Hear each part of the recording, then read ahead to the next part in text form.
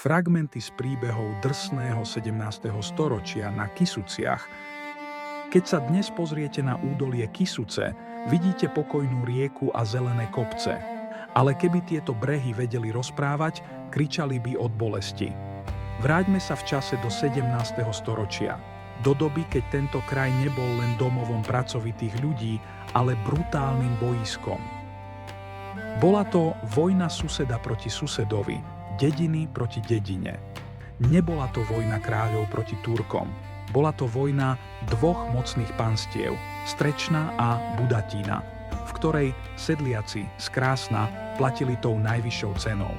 Krvavé spisy, ktoré sa zachovali, nám odhaľujú kroniku násilia trvajúcu dlhé 10 ročia. Náš príbeh sa začína v roku 1614, je 17. júla. Pán Ján Klobučický, slúžnodvorský Trenčianskej stolice, kráča ťažkým terénom hore Kisucov až pod vrch Prašivá. To, čo tam vidí, nie je úroda, ale spálenisko. Úradníci grófa Esterházyho mu ukazujú zničené rubaniská. Tam, kde mal rásť jačmeň, raž a jarné žito, ostal len popol a dym. Svedkovia ukazujú prstom na druhú stranu, na poddaných pána Mojžiša Suňoga z Budatína. Boli to oni, kto vtrhol do chotára Krásna, vyrúbali les a podpálili úrodu.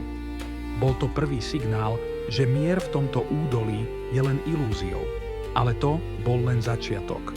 Preskočme v čase do roku 1653. Toto bol rok hrôzy. Do Krásna prichádzajú vyšetrovatelia, aby zapísali zločiny, ktoré sa vymýkajú ľudskému chápaniu. Na poliach, ktoré obrábali Pavol Tretiak, Matej Hladkopek a Jakub Kašuba, sa odohral masaker. Poddaní z budatínskeho panstva, chlapi z Oščadnice, vpadli na ich polia nie ako susedia, ale ako armáda. Dokumenty hovoria jasne. Kvaltom a zbojníckym spôsobom vpadli, mordovali a zbožie pohubili. Hrach, ovoz, jačmeň, všetko zničené alebo ukradnuté. Dokonca tam pásli svoje kravy na plachtách, vysmievajúc sa práci miestnych ľudí. Násilie sa nezastavilo na poliach. Zostúpilo až k rieke Kisuci. Tam, pri Brode, číhala smrť na Pavla Tretiaka. Oščadničania ho prepadli a ukradli mu voz. Nebol to obyčajný voz. Bol to okovaný voz, plný vzácneho železa. V tej dobe malo železo cenu zlata.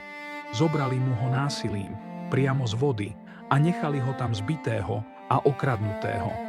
No najtemnejšia kapitola roku 1653 sa písala na mieste zvanom Hluchanica.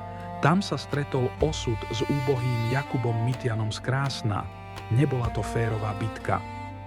Proti nemu sa spojila celá koalícia nenávisti. Chlapi z Ochodnice, z Nesluše, zo Svrčinovca, z Lieskovca a z Oščadnice ho obklúčili. Na čele tejto zberby stál Ján Kuropa, vojvoda budatínskeho panstva z Ochodnice. On vydal rozkaz, bil Jakuba 3 palicami. Dokumenty mrazivo konštatujú, že ho mordovali, pokiaľ im vôľa bola.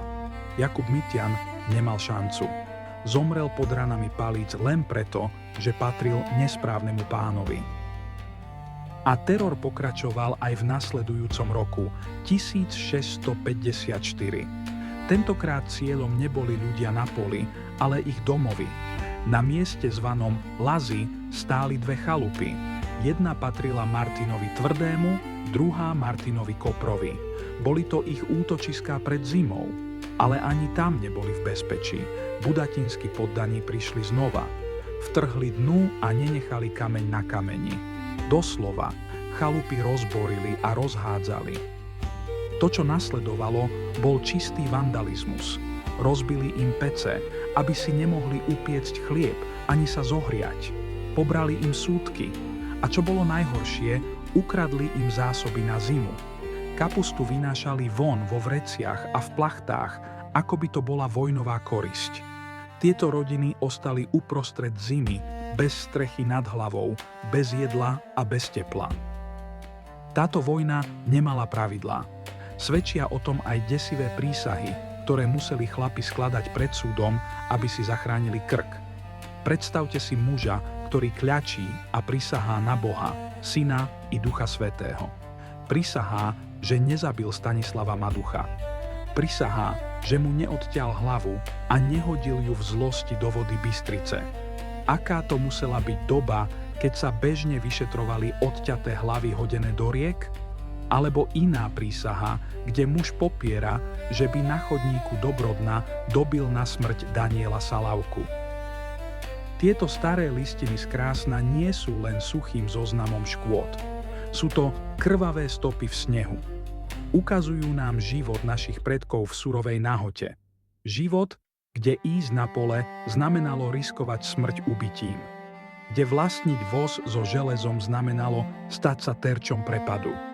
A kde susedná dedina nebola miestom, kam sa chodí na jarmok, ale odkiaľ prichádzajú vrahovia s palicami. Keď sa dnes prechádzate okolo Kysuce alebo Bystrice, spomente si na Pavla Tretiaka, na Jakuba Mitiana a na rodiny Zlazov. Ich utrpenie je zapísané v týchto riadkoch, svedčiacich o tom, že hranice panstiev boli v 17. storočí kreslené krvou nevinných.